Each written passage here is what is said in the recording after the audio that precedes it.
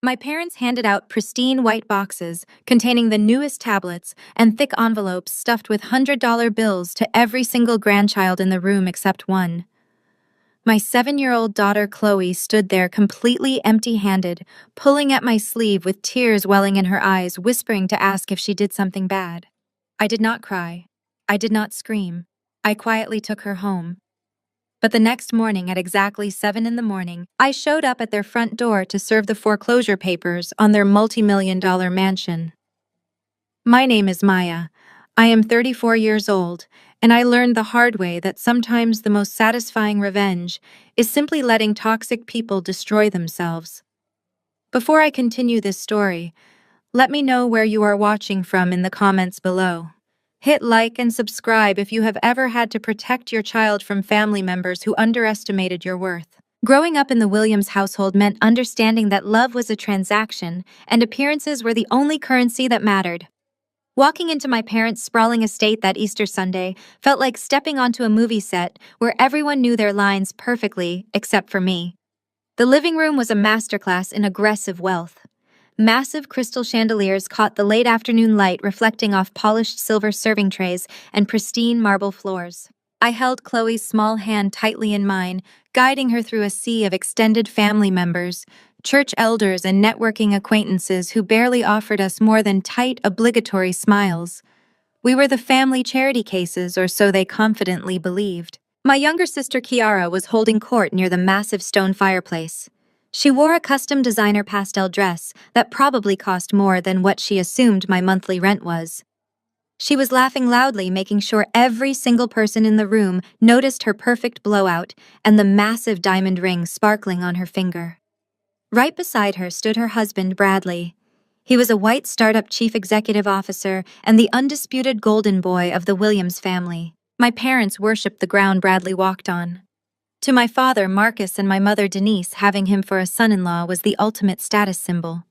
It elevated their standing in their elite circles, and they practically tripped over themselves to cater to his every whim, constantly bragging to anyone who would listen about his latest supposed venture capital funding rounds. I, on the other hand, was the designated family disappointment. They genuinely believed I was just a low-level administrative worker struggling to make ends meet as a single mother. I never corrected them.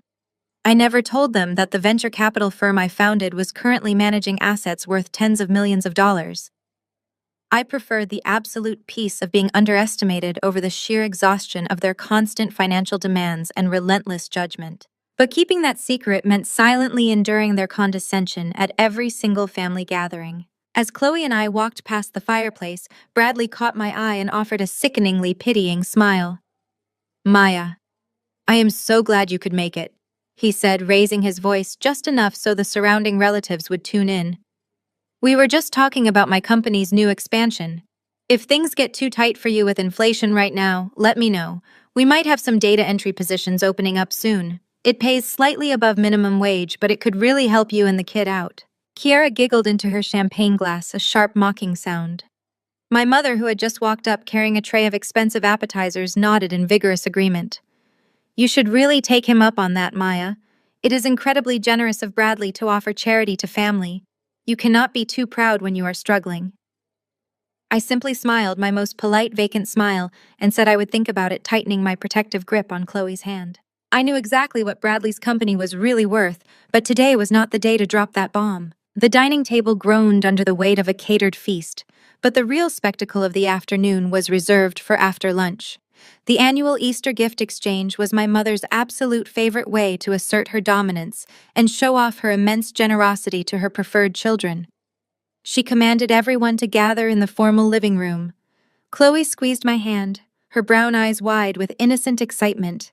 She had spent the entire morning sitting at our kitchen table, drawing a beautiful Easter card for her grandparents.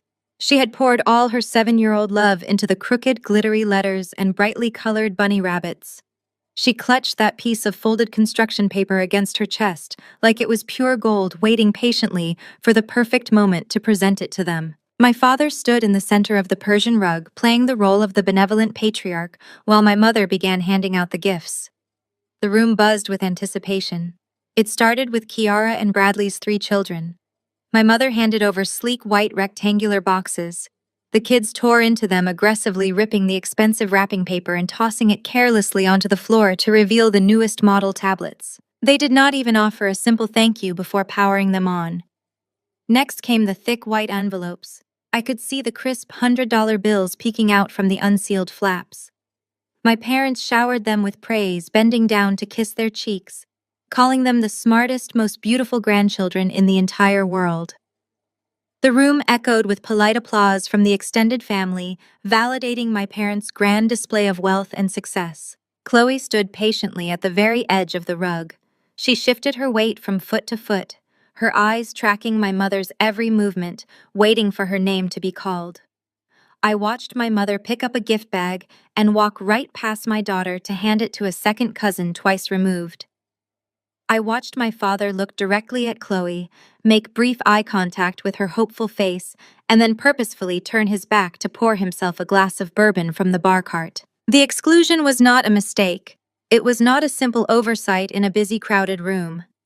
It was a calculated, deliberate act of emotional cruelty meant to put me in my place and remind me of my lowly status in their hierarchy. The room buzzed with loud conversations and the sounds of Kiara's children fighting loudly over their new electronics. The gift-giving was officially over.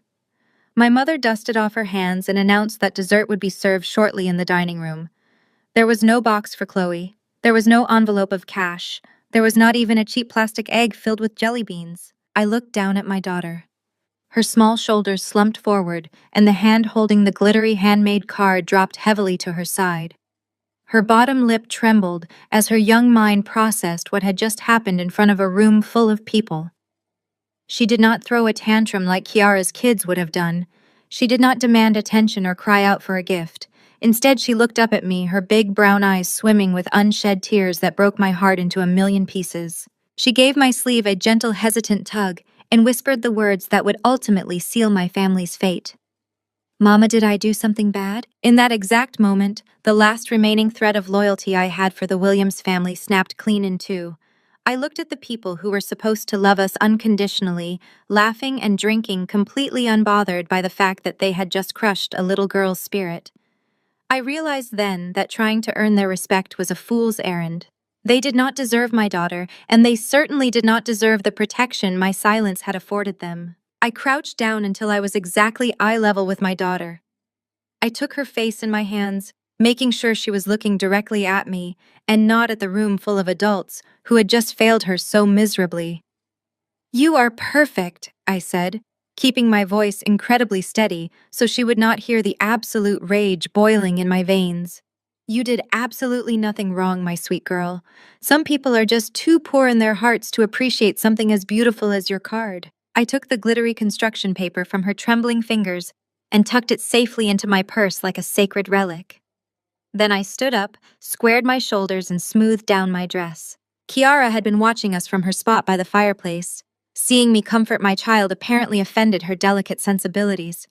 She strutted over her expensive heels, clicking loudly against the marble floor, swirling the champagne in her crystal glass. She wore a smug, self-satisfied smirk that I had seen 1,000 times before. "Oh, please do not start the waterworks." Maya Kiara sighed loudly, ensuring the entire room was listening. "Do not act so bitter.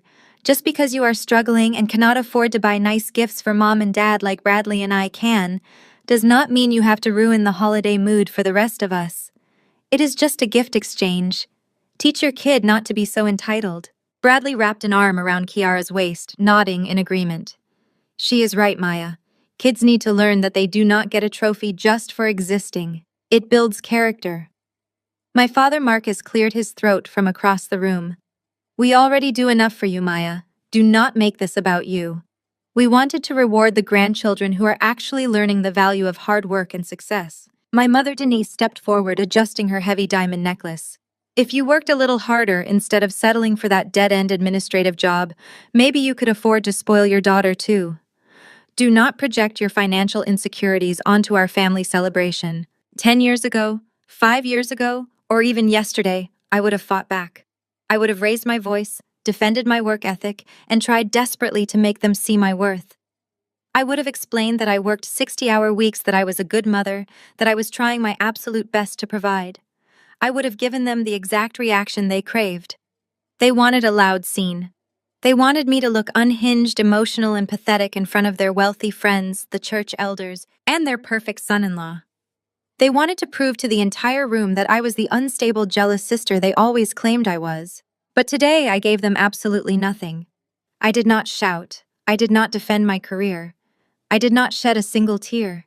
Instead, I looked at Kiara, then at Bradley, and finally at my parents. I let a slow, freezing smile spread across my face. It was not a smile of submission. It was the smile of a predator realizing its prey had just walked willingly into a cage. I let the silence stretch. 5 seconds, 10 seconds, 15 seconds. In a room packed with people, the sudden absence of noise was deafening. The clinking of glasses stopped entirely.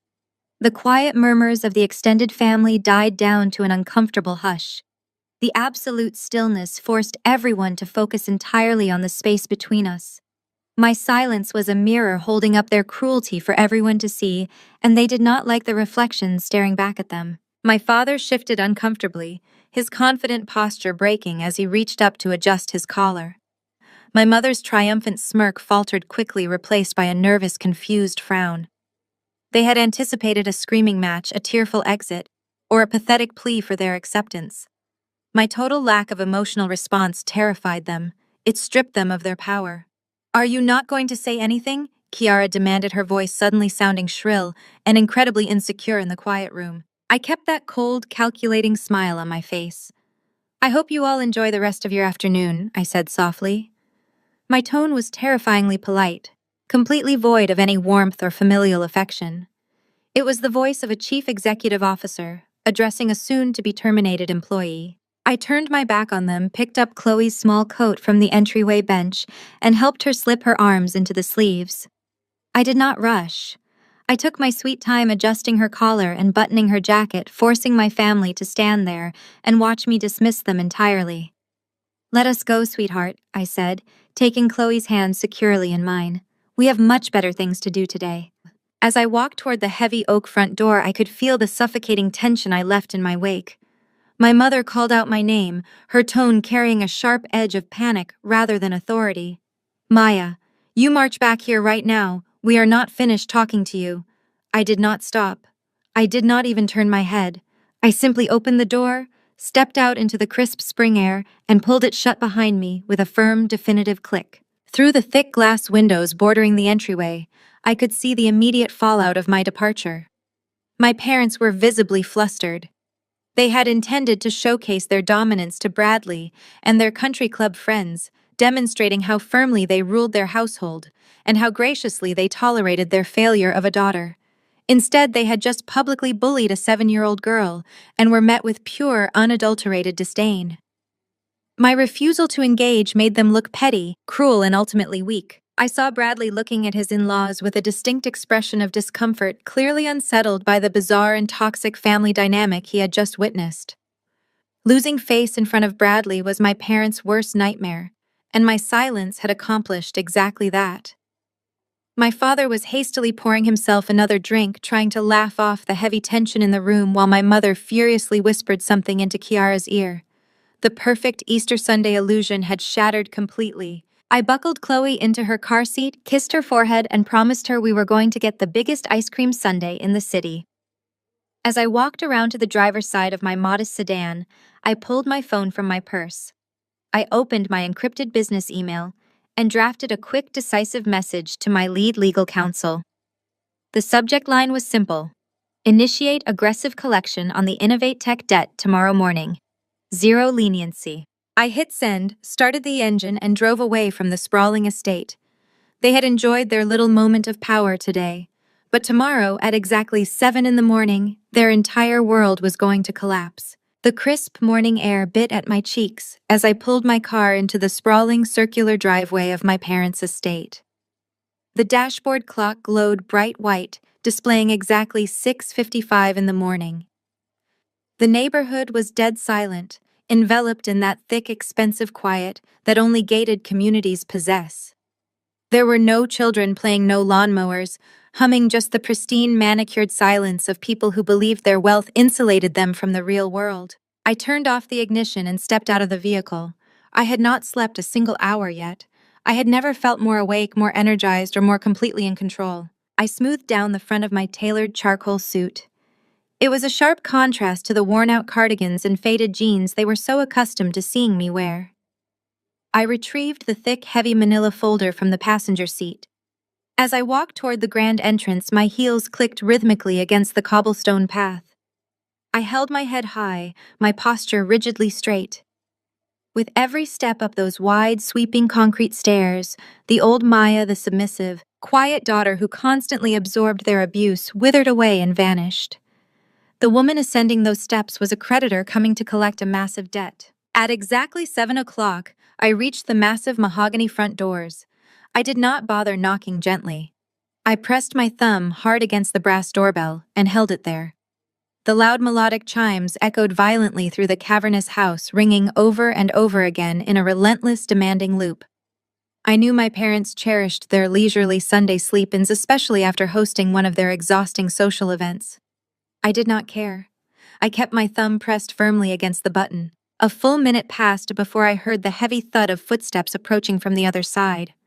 The deadbolt clicked loudly, and the door was yanked open. My father stood there, his face flushed red with fresh anger. He was wearing his expensive silk pajamas, his hair rumpled, his eyes narrowed into a furious glare.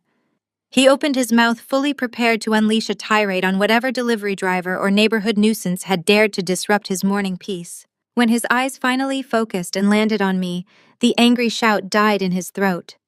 It was immediately replaced by a look of sheer, unadulterated annoyance. "Maya," he barked, his voice thick with sleep and irritation. "What on earth is wrong with you? Do you have any idea what time it is? Have you completely lost your mind? Stop ringing that bell before you wake up Bradley and Kiara.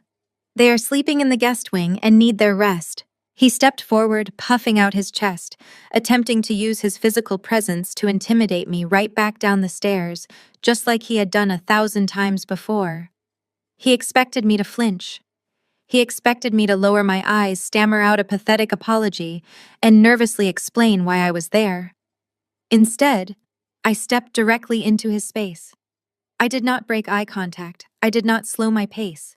I forced him to step backward into the foyer just to avoid colliding with me. "Move," I said. The word was not a request. It was an absolute command delivered with a flat, icy authority that made him blink in shock. I brushed past him, the fabric of my suit brushing against his silk pajamas, and strode purposefully into the grand foyer. The remnants of yesterday's extravagant Easter celebration were still scattered around the room. Empty champagne flutes sat abandoned on end tables. Discarded gift boxes and torn luxury wrapping paper littered the edges of the expensive Persian rug.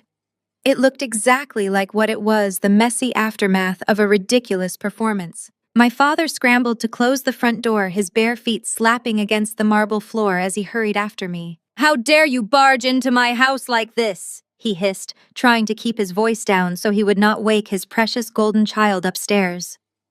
"You made an absolute fool of yourself yesterday with your dramatic silent exit. We are not doing this today. You will turn around, march right back out that door, and you will not come back until you are ready to grovel and apologize to your mother and your sister." I stopped walking when I reached the center of the foyer, right beside the massive custom-built marble console table my mother loved to show off to her guests. I turned around slowly to face him. He was out of breath, his face contorted into a familiar mask of patriarchal rage. He pointed a shaking finger toward the door, waiting for my compliance. I lifted the thick manila folder I had been carrying. I raised it up, making sure he saw exactly how heavy it was, and then I slammed it down onto the solid marble surface. The sound was deafening. The heavy thud echoed like a gunshot through the silent, cavernous house, bouncing off the high ceilings and the crystal chandelier. It was a sharp, violent noise that completely shattered the morning quiet. I heard a gasp from the top of the grand staircase. My mother, wrapped in a plush robe, was clutching the banister, looking down at the foyer with wide, startled eyes. A door clicked open down the hallway, signaling that Bradley and Kiara were finally awake. The audience was assembling, which was exactly what I wanted. I placed my hands flat on top of the folder, leaning my weight forward, dominating the space in a house where I had always been treated like a ghost. I looked my father dead in the eyes, watching his confident, angry facade begin to crack under the weight of my absolute calm. The air in the room suddenly felt incredibly thin. He stared at the folder, then up at my face, trying desperately to reconcile the woman standing before him with the daughter he thought he knew. He was searching for any trace of the timid girl who used to crave his validation. He found absolutely nothing. I was a brick wall, entirely impenetrable and completely unmoved by his outrage. I watched the realization slowly wash over him that his usual tactics of intimidation were failing entirely. "I am not here to apologize," I said, my voice projecting clearly so the people hovering on the stairs could hear every single syllable. "I am here to collect. Here." My mother descended the grand staircase with the speed and fury of a disturbed hornet. Her heavy silk robe billowed behind her, and her face was contorted into a mask of absolute outrage. She gripped the polished wooden banister so tightly her knuckles had turned completely white. From the moment she laid eyes on me standing in her foyer, she was already winding up to deliver a verbal beating that she fully expected would force me into submission. "What is wrong with you?" she shrieked, her voice echoing sharply against the marble walls and soaring up to the vaulted ceilings. "How dare you come into this house and make demands like a common thug? After the absolute tantrum you threw yesterday walking out on your own family during a sacred holiday without so much as a goodbye. You ruin Easter Sunday, and now you have the sheer audacity to show up here at the crack of dawn to harass your father." I stood my ground, my hands resting lightly on the thick manila folder on the console table. I watched her perform her usual theatrics. For my entire life, this was her primary tactic. If she yelled loudly enough, if she acted offended enough, everyone around her would instantly apologize just to keep the peace. But today, the peace was already dead, and I had no intention of resurrecting it. "You are acting like a petulant, jealous child," my mother continued, marching straight up to me until she was standing inches from my face. "You are 34 years old, Maya. You are a grown woman throwing a massive fit because we did not buy your daughter a stupid toy. Do you have any idea how selfish you are?" "It was not about a toy, Mother," I said, keeping my voice incredibly calm and even, letting the coldness of my tone contrast sharply with her frantic energy. "It was about you deliberately making a 7-year-old girl feel completely invisible in front of a room full of strangers. It was about you looking right at your own granddaughter and choosing to crush her spirit just to prove a point to me." My mother waved her hand through the air dismissively, as if she were swatting away a minor annoyance. "Oh, please stop with the dramatics. Chloe is fine. She will survive not getting an expensive gadget. You are the one who is wildly insecure. You always have been. If you must know, since you are clearly too dense to understand complex adult matters, Bradley is going through a very stressful transitional period right now." She leaned in, lowering her voice just a fraction, though still projecting loudly enough for my father to hear every word. She wanted to make sure she successfully painted herself as the ultimate supportive mother to her preferred child. "Innovate Tech is expanding globally," she stated proudly, gesturing vaguely toward the upper floor where Bradley and Kiara were staying. "That requires massive capital. Bradley is a visionary, and he is dealing with temporary cash flow difficulties because he is making high-level executive decisions that someone with your limited administrative background could never possibly comprehend. Kiara has been so stressed trying to maintain their upscale household while his corporate funds are temporarily tied up in restructuring. Your father and I simply wanted to give Kiara's children a beautiful Easter to distract them from the massive pressure their parents are under. We had to prioritize them. You only have one child, and you are entirely used to struggling and scraping by. Kiara is not.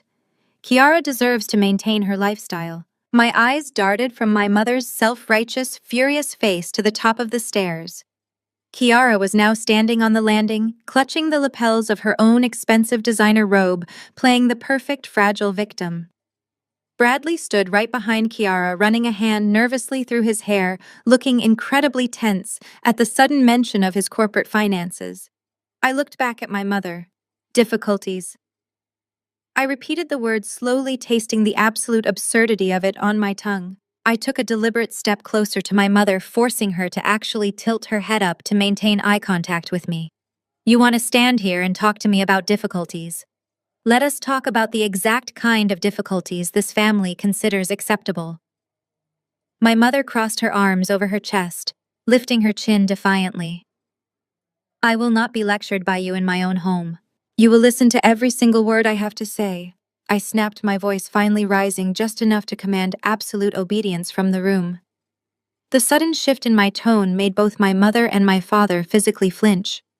Because when your precious Kiara started dating Bradley, she simply had to go to France with him for the summer. Bradley came from a wealthy family, and Kiara needed to prove that the Williams family was just as elite. But you and Dad had just blown all of your liquid cash on renewing your luxury country club membership to impress your friends. I saw Kiara shift uncomfortably on the stairs, but I did not break eye contact with my mother. Do you remember my sophomore year of college? I asked, my voice dropping back to a lethal whisper. Because I remember it vividly.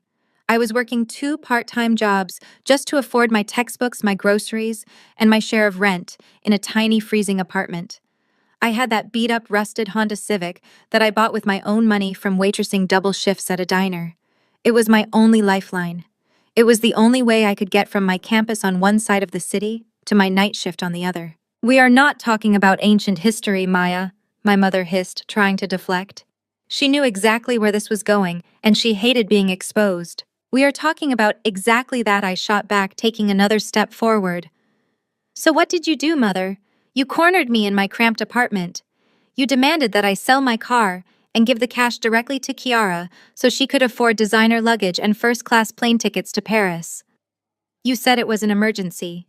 You said Bradley needed to see that Kiara was cultured and wealthy, or else he might leave her. My father looked away suddenly, finding the marble tiles beneath his feet incredibly interesting. When I refused, I continued, the memories burning hot in my chest, but my delivery remaining ice cold. When I told you I desperately needed that car to survive and keep my jobs so I would not get evicted, what did you say to me? My mother pressed her lips tightly together, refusing to answer. I will tell you what you said, I announced to the silent foyer. You told me that if I did not sacrifice my only mode of transportation for the family's reputation, you would instantly cut off my health insurance and officially disown me.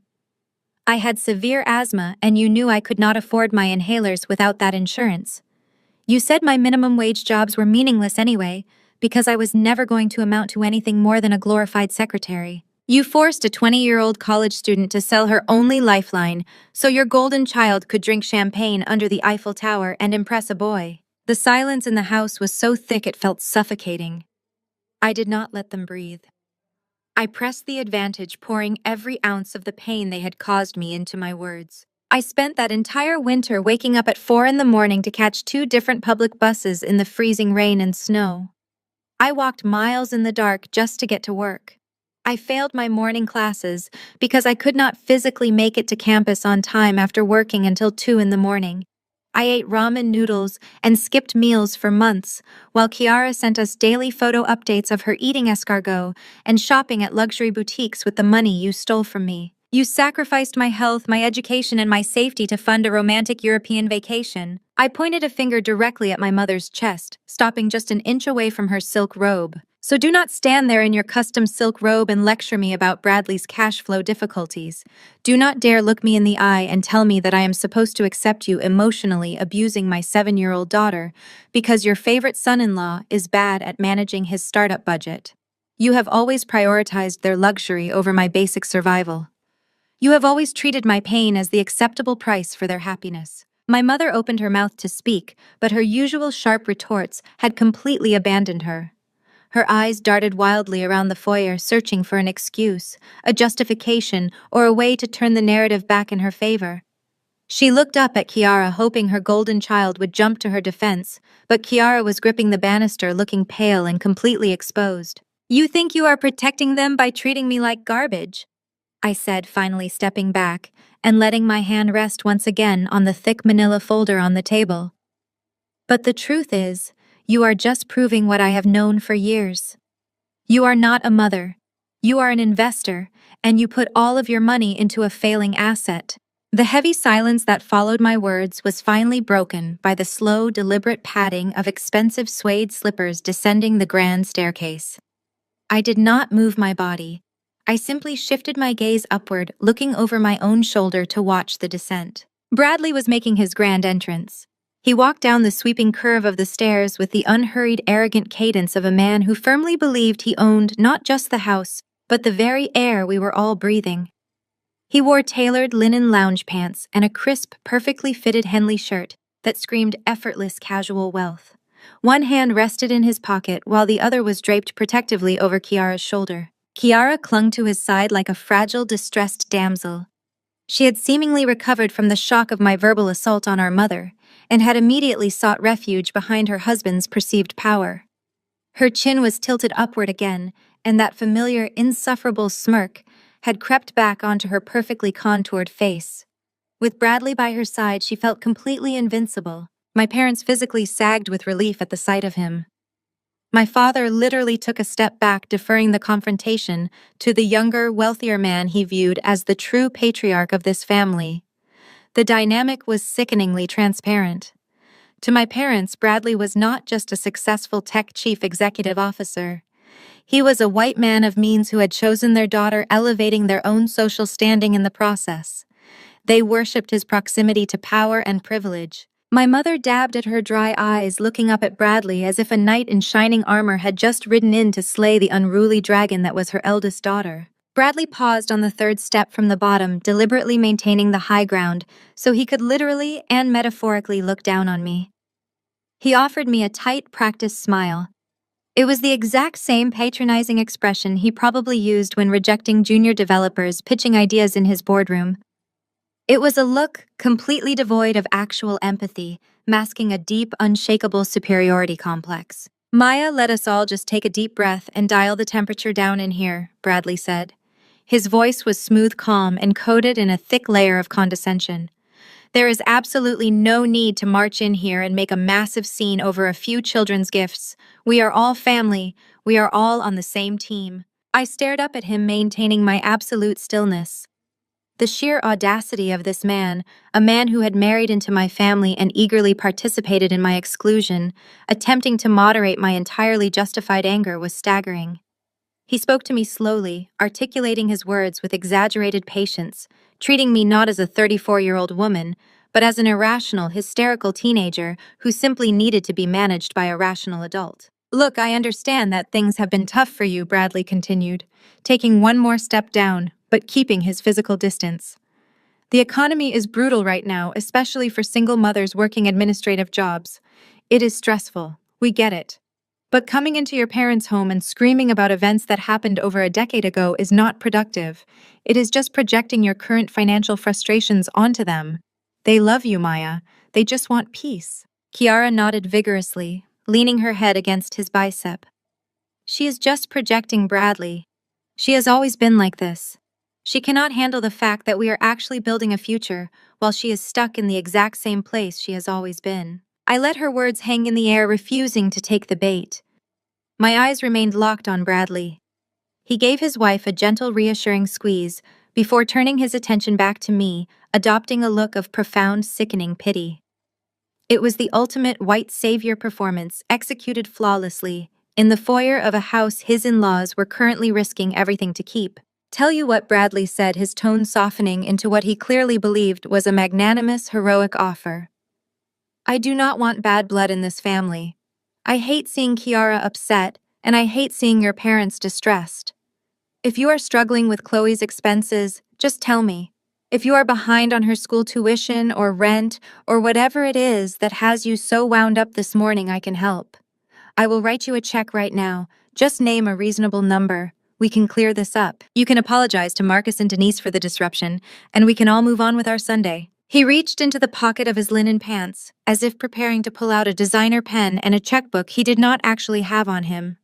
It was a purely theatrical gesture.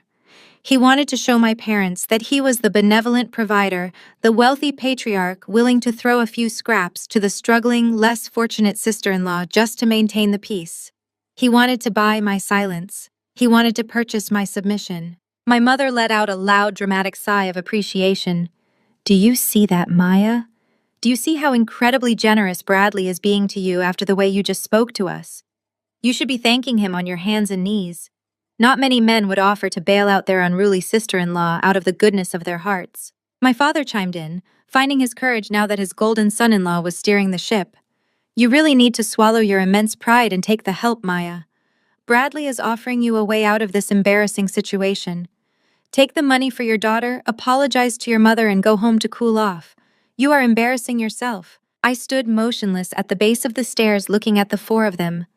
They had formed a perfect, impenetrable wall of delusion. They truly believed that wealth was the only metric of human value, and because they assumed I had none, they believed I had no right to demand respect. Bradley was looking down at me with that gentle, condescending smile, fully expecting me to crumble. He expected me to weigh my pride against my supposed poverty and ultimately surrender to his charity. He thought his imaginary money was the ultimate trump card in any conflict. The comedic irony of the situation was almost too delicious to bear. Here was a man offering to write me a check to cover my daughter's basic needs, a man whose entire corporate existence was currently hanging by a thread that I personally held the scissors to. He was standing on the staircase of a mansion that had been secretly mortgaged to the hilt just to keep his sinking startup afloat. He was offering me a financial lifeline from an account that I knew for an absolute fact was currently frozen solid by his creditors. I slowly ran my hand over the smooth, thick cover of the manila folder resting on the marble console table. Inside this folder were the legal documents that proved his entire life was a fragile house of cards, and I was the storm that was about to blow it all away. I did not need to scream. I did not need to defend my bank account or my career. I just needed to let him keep digging his own grave with his arrogant, misplaced confidence. I looked at Bradley, matching his condescending smile with a chilling, vacant one of my own. I let my eyes slowly travel down to the pocket where his hand rested, waiting for the perfect moment to completely decimate his ego. Before Bradley could even attempt to pull out his imaginary checkbook, the absolute stillness of the foyer was shattered by the sound of my father's heavy footsteps. Marcus Williams had reached his absolute limit. My refusal to break eye contact with his son-in-law, my blatant disregard for the natural hierarchy of this household, was an insult he could no longer tolerate. He marched across the marble floor, completely closing the physical distance between us, until he was standing barely an inch from my face. I stood perfectly still in the dead center of the grand entryway. The spatial dynamic of the room suddenly shifted, closing in on me from every possible angle. If a camera were circling us right now, it would capture a masterclass in psychological isolation. To my direct front stood my father, his chest heaving with suppressed rage, his jaw clenched so tightly the muscles trembled. To my right stood my mother, her arms crossed firmly over her chest, her eyes narrowed in absolute disgust. To my left, elevated on the sweeping staircase, Bradley and Kiara hovered like royalty, observing a peasant uprising. I was entirely boxed in, surrounded by a unified front of people who shared my blood or my last name, but possessed absolutely zero loyalty to my well-being. "Take the money, Maya," my father ordered, his voice dropping into a dangerous gravelly register that he usually reserved for intimidating subordinate employees at his firm. "You will take the generous help that this man is offering you. You will express your profound gratitude, and then you will pack up your things and leave this property." I did not flinch. I kept my breathing slow and measured, refusing to give him the satisfaction of seeing me intimidated. My father raised his hand, pointing a thick, shaking finger directly between my eyes. "You have come into my home on a sacred holiday weekend and done nothing but spread your miserable, toxic energy. You are standing in the presence of a man who is actively building an empire, a man who provides an exceptional life for your sister. And instead of showing respect, you show nothing but bitter, unchecked envy. The Williams family does not tolerate a daughter who is a failure, selfish, and jealous like you." The words echoed off the high ceilings, ringing with a harsh, brutal finality. A failure, selfish, jealous. For my entire life, those specific words had been the primary weapons my parents used to keep me compliant. Whenever I pursued a passion they deemed unprofitable, I was a failure. Whenever I asked for basic emotional support, I was selfish. Whenever I rightfully pointed out their blatant favoritism toward Kiara, I was jealous. They had conditioned me to shrink away from those labels, to apologize, to bend over backward trying to prove them wrong. But right now, standing in the center of their aggressive, coordinated attack, those words lost absolutely all of their power. They sounded hollow, empty, and incredibly desperate. "You are a 34-year-old woman who still cannot provide a decent holiday for her own child," my father continued ruthlessly, digging into what he assumed was my deepest vulnerability. You think you are taking some sort of moral high ground by standing here glaring at us, but you are just proving how utterly incompetent you are. Bradley is offering you a lifeline. He is offering to fix your mistakes out of the goodness of his heart. A real mother would swallow her pathetic pride and take the check so her daughter does not have to suffer for her failures. That was the exact moment the final lock clicked into place inside my mind. He was using Chloe against me. He was weaponizing my love for my daughter to justify his own cruelty. My mother chimed in from the sidelines, eager to reinforce my father's attack. Your father is entirely right, Maya. You are acting like a complete martyr, and it is honestly exhausting to watch. We have built a legacy in this community. We have a reputation to maintain. We cannot have you showing up looking like a complete disaster and creating chaos simply because your own life has not turned out the way you wanted it to. You need to accept your position in this family. My position. That was the core of the issue. In their perfectly curated world, everyone had a designated role. Marcus was the wealthy, respected patriarch. Denise was the flawless, supportive matriarch. Kiara was the beautiful, successful golden child. Bradley was the brilliant, wealthy savior who validated their social climbing ambitions. And I was the designated loser. I was the dark background they used to make their own stars shine brighter. My sole purpose was to fail to struggle and to occasionally receive their condescending charity so they could feel benevolent. By standing here completely unbothered and refusing to play the victim, I was disrupting the entire ecosystem of their household. Bradley sighed heavily from his perch on the stairs, shaking his head with a look of manufactured sorrow. I was just trying to help Marcus. I hate seeing families fight over financial stress. It is why I work so hard, so Kiara never has to feel this kind of desperation. My father looked up at Bradley with an expression of pure, unadulterated reverence. I know, son. We appreciate you more than you know. You are the exact kind of man I always hoped my daughters would marry. He turned his attention back to me, and the warmth in his eyes instantly vanished, replaced by a cold, hard disdain. You are going to apologize to Bradley right now, my father demanded, stepping even closer, trying to use his height to force me to look up at him. You are going to thank him for being gracious enough to overlook your ridiculous behavior. Then you are going to take whatever money he is willing to give you, and you are going to walk out that door. If you refuse, if you continue to stand here and disrespect this family, you are done.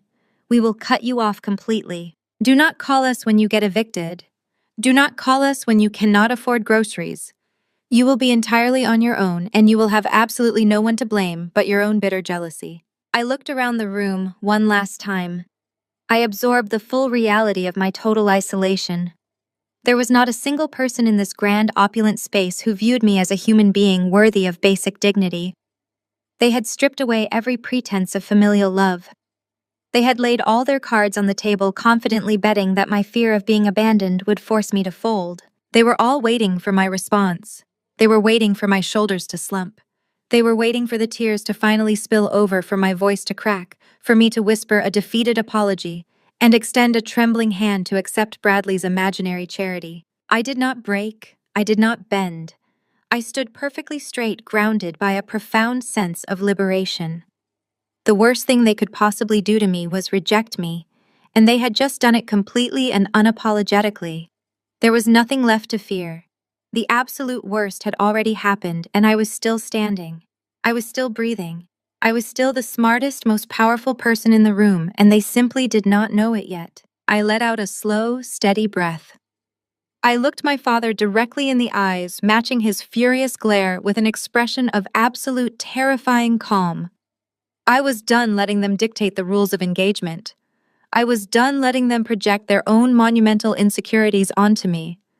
The time for silent endurance was officially over. It was time to start dismantling their perfect illusion brick by expensive brick. I slowly reached my hand out, extending it toward Bradley, who immediately flashed a triumphant, knowing smile. He thought he had won. He thought I was reaching for the check. Instead, my fingers bypassed his general direction entirely and landed firmly on the thick manila folder resting on the marble console table. Bradley's smug smile faltered for a fraction of a second. He had expected me to reach out and beg. He had anticipated a tearful breakdown, a moment where my poverty would override my pride, allowing him to play the ultimate hero. When I did not immediately surrender, he decided to force the issue. With a heavy, highly performative sigh meant to showcase his exhausting patience, he reached into the inner breast pocket of his tailored jacket. He pulled out a slim, custom leather checkbook and an expensive silver fountain pen. The scratching of this pen against the paper seemed unnaturally loud in the quiet foyer. He wrote with dramatic, sweeping strokes, making absolutely sure everyone in the room recognized his immense generosity and my pathetic need. My father visibly relaxed, his tense shoulders dropping as he watched the wealthy son-in-law handle his messy, impoverished daughter. My mother clasped her hands together in front of her chest, beaming up at Bradley with absolute adoration. To them, this was the perfect resolution. The wealthy man buys the problem away and the hierarchy remains perfectly intact. Bradley ripped the check from the booklet with a sharp, satisfying snap. He held it out toward me, pinching the corner of the crisp paper between his index finger and thumb. "Take it, Maya," he said, his voice dripping with artificial saccharine sympathy. "Buy Chloe something nice. Pay off your little credit cards. Just take the money, apologize to your parents, and let us all have a peaceful Sunday." I removed my hand from the thick manila folder. I slowly extended my arm and took the check from his grasp. A collective breath of relief swept through the room. Kiara smirked from her spot on the stairs, clearly satisfied that I had been bought and successfully put back in my place. My father took a step back, crossing his arms in victory. They genuinely believed that I had folded. They thought my pride had a concrete price tag and Bradley had just happily paid it. I looked down at the piece of paper in my hand. It was made out for $10,000. To my parents and my sister, it was a massive fortune designed to buy my permanent submission and validate their superiority. To me, it was a fraudulent piece of garbage. I raised my hands, holding the check right in front of my chest, so everyone in the room had a perfectly clear view of what I was about to do. My thumbs gripped the top edge of the paper. My index fingers pressed firmly against the back. With one swift, deliberate, and violent motion, I ripped the crisp paper straight down the middle. The sharp sound of the tearing paper cut through the room like a physical strike. My mother let out a loud, genuine gasp of horror, her hands flying up to cover her mouth. My father stiffened instantly, his eyes going wide with absolute, unadulterated disbelief. I did not stop. I placed the two torn halves together, lining up the severed edges perfectly. I gripped them tight and tore them again, ripping straight down the center. I reduced Bradley's grand, benevolent $10,000 gesture into 4 jagged, utterly useless pieces of trash. I opened my hands and let the pieces flutter slowly down through the air. I watched them drift and land scattered carelessly across the intricate patterns of my mother's expensive Persian rug. Nobody moved. Nobody breathed. The sheer audacity of destroying a $10,000 check in front of people who worshipped money completely short-circuited their brains. They were paralyzed by the unthinkable disrespect. It defied every single rule of the shallow universe they inhabited. I stepped right past my father, ignoring his shocked presence entirely. I closed the physical distance between myself and the bottom of the staircase until I was looking directly up into Bradley's stunned, paling face. The smug, condescending smile had completely vanished from his features, replaced by a tight, nervous grimace. I locked my eyes onto his. I did not blink. I did not waver. I let the full weight of my absolute authority bear down on him. "Which account are you planning to withdraw from Bradley?" I asked. My voice was no longer a quiet whisper. It was sharp, clear, and ringing with terrifying certainty, cutting through the dead silence of the foyer. "Your personal account that is already empty, or Innovate Tech's corporate account." I watched the exact moment his heart dropped into his stomach. The blood drained entirely from his face in a matter of seconds, leaving his skin a sickly ashen gray. His jaw slackened and his eyes darted frantically left and right, as if searching the grand foyer for a way out of a trap that had just snapped shut around his ankles. He swallowed hard, his Adam's apple bobbing nervously in his throat. He tried to maintain his composed posture, but his hands instinctively twitched at his sides. "What are you talking about?" Kiara demanded, stepping down one stair to stand slightly in front of her husband, acting as a human shield. Her voice was shrill, panicked, and fiercely defensive. Are you completely insane? You just tore up $10,000. Bradley is worth millions. You are just a bitter, crazy woman making up desperate lies because you are broke and jealous. I did not look at my sister. I kept my gaze pinned entirely on Bradley, watching him sweat under the intense scrutiny. He tried to laugh, but the sound came out wet, choked, and incredibly forced. I have absolutely no idea what you are rambling about, Maya. Bradley stammered, his voice completely lacking any of its previous smooth confidence. You are clearly having some kind of severe mental breakdown. My accounts are perfectly fine. My company is thriving globally. You are just throwing out business buzzwords trying to sound smart and intimidate us. You are sweating, Bradley, I stated calmly, pointing out his physical reaction to the entire room. If my words are just the crazy ramblings of a bitter, broke single mother, why are your hands shaking right now? Why did you just lose all the color in your face the second I mentioned your corporate accounts? My father stepped forward, trying desperately to regain control of his hijacked house. Maya, that is enough. I will not have you interrogating this man in my foyer. You have crossed every single line today. You tore up his charity, and now you are making wild, baseless accusations about his corporate finances. You are completely out of your mind. I did not break eye contact with my brother-in-law. I knew exactly what I was doing, and Bradley knew it too. He was terrified. He was looking at a woman he had spent years treating like a peasant, suddenly realizing she possessed the exact coordinates to his darkest, most closely guarded financial secrets. He was a fraud. He was a man drowning in a sea of hidden debt, desperately pretending to be a billionaire tech mogul just to impress a family of shallow social climbers. You can lie to my parents, Bradley. I continued, my voice echoing with terrifying, unshakable certainty. You can lie to your wife. You can buy them fancy dinners on credit and make them believe you are the absolute king of the world. But you cannot lie to the math. And you certainly cannot lie to me. I know exactly what is sitting in your personal checking account right now, and I know exactly what kind of illegal shell game you have been playing with your corporate funds just to keep up these ridiculous appearances. I let the brutal truth hang heavy in the air, watching him suffocate under the weight of his own massive deception. The battle had definitively shifted. I was no longer the victim defending my worth against their judgment.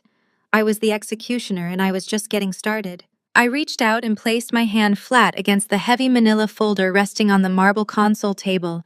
I flipped the thick cover open. The crisp sound of the heavy cardstock seemed to suck the remaining oxygen straight out of the grand foyer. I did not rush. I let my fingers trace the edges of the neatly stacked papers inside, allowing Bradley to agonize over what exact piece of his destruction I was about to produce. I slid a single officially stamped document from the top of the pile. It bore the unmistakable, heavily embossed logo of his primary corporate banking institution. I held it up high, making sure the bold red letters printed across the top were perfectly visible to everyone standing on the staircase.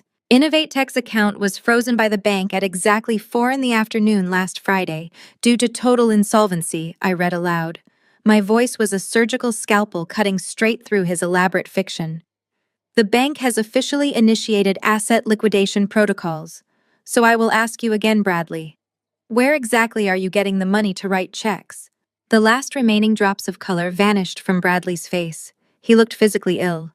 The polished, untouchable tech chief executive officer was completely gone, instantly replaced by a desperate, cornered con artist. His breathing became incredibly shallow and erratic. He opened his mouth to speak, but only a pathetic, choked wheeze escaped his throat. His hands, which he had previously stuffed into his tailored linen pockets to feign a relaxed posture, were now completely rigid. He pulled them out, his fingers twitching violently against his sides in rapid, uncontrollable spasms. He swiped a trembling palm across his forehead, desperately trying to wipe away the thick sheen of cold sweat that had suddenly materialized there. He was visibly unraveling. His eyes darted wildly around the room, jumping from the torn pieces of the check on the floor, to my face, to the chandelier, and back to the documents in my hand. He looked exactly like a man searching for a physical escape route from a nightmare he was hopelessly trapped in. My father stepped forward, his heavy brow furrowing in deep rising confusion. What is that paper, Maya? What do you mean his accounts are frozen due to insolvency? Bradley, what on earth is she talking about? It is a simple clerical error, Bradley stammered, his voice cracked mid-sentence, entirely losing its deep, resonant authority. He sounded frantic, breathless, and incredibly small. It is a standard compliance audit, Marcus. You know how these massive international banking institutions operate? They freeze accounts temporarily during routine venture capital transitions just to verify large-scale wire transfers. It is a massive misunderstanding. It means absolutely nothing. A standard compliance audit, I repeated, letting out a sharp, joyless laugh that echoed off the high ceilings. Is that the pathetic fairy tale you are currently selling to your board of directors too? Or did you forget to mention that the Department of Labor is also investigating you for 3 months of unpaid employee payroll? I pulled another sheet of paper from the folder and tossed it onto the console table. Because this compliance audit looks remarkably like a final eviction notice for your corporate headquarters in Silicon Valley. You have not paid your commercial rent in 4 months. Your landlord locked your employees out of the building on Thursday morning. They literally chained the glass doors shut, Bradley. Is that also a standard venture capital transition? Bradley took a physical step backward, his shoulders slumping as his arrogant posture completely collapsed. He held his hands up in a defensive, placating gesture, his palms slick with nervous sweat. Maya, you do not understand the tech sector. You are misinterpreting standard operational pivoting. We are engaging in an aggressive corporate restructuring phase. We are simply liquidating unnecessary physical assets to maximize our digital footprint and transition into a fully remote infrastructure. It is just a strategic liquidity bridge. A strategic liquidity bridge, I echoed, shaking my head in pure disgust at his endless supply of corporate garbage. You are broke, Bradley. You are completely, undeniably, and catastrophically bankrupt. You burned through $80 million of investor capital in less than 2 years on luxury corporate retreats, private jets, and a massively inflated executive payroll that you used to fund this ridiculous lifestyle to impress my parents. I pointed down at the 4 torn pieces of the $10,000 check resting on the Persian rug. You stood on that staircase looking down at me, offering to buy my daughter's happiness with phantom money that you do not even possess.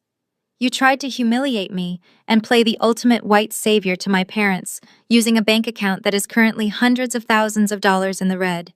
You are nothing but a fraud. Kiara pushed past her husband, her face twisted into a mask of pure hysterical denial. She marched down the remaining stairs, placing herself firmly between Bradley and me like a human shield. Shut up. Shut your jealous mouth right now, Maya. You forged all of these documents. You probably stayed up all night printing these out in your sad little apartment just to ruin our weekend because you cannot stand the fact that I married a successful man and you ended up with absolutely nothing. I shifted my gaze to my sister, looking at her with a mixture of icy pity and absolute contempt. Did I forge the warning call from your Black American Express card too, Kiara? Because I know for a fact that your primary credit card was declined at that luxury boutique downtown on Wednesday afternoon. You tried to buy a $3,000 handbag. The transaction was rejected for insufficient funds, and you ran out of the store crying in front of your friends. Kiara gasped, taking a physical step backward, as if I had just slapped her across the face. Her hands flew up to cover her mouth and her eyes widened in absolute terror. She spun around to look at Bradley, silently demanding that he fix this, demanding that he tell her I was lying. But Bradley could not look at her. He stared down at his expensive suede slippers, his jaw trembling violently. The silence in the foyer was heavy, suffocating, and loaded with the radioactive truth. Look at him, Kiara, I commanded, my voice slicing through her desperate denial. Look at your brilliant, successful husband. Does he look like a man who just secured a new round of funding? Or does he look like a man who knows he is about to face federal fraud charges for lying to his investors? My mother let out a small, strangled whimper. She grabbed my father's arm, her perfectly manicured fingernails digging deep into his sleeve. Marcus, she whispered, her voice trembling with rising panic. Marcus, tell her to stop. Tell her she is lying. Bradley, tell us she is making all of this up right now. But Bradley remained entirely mute. The sweat was now dripping freely down his temples, tracking along his jawline. His chest heaved with rapid, panicked breaths. The meticulously crafted illusion of his power had been entirely dismantled in less than 3 minutes. I watched the total collapse of his superiority with cold, clinical satisfaction. He had tried to buy my dignity with a worthless piece of paper. Now he was paying the ultimate price. The deafening silence broke with a sudden, violent shriek. Kiara lunged forward, moving so frantically that her expensive silk robe snapped sharply around her ankles.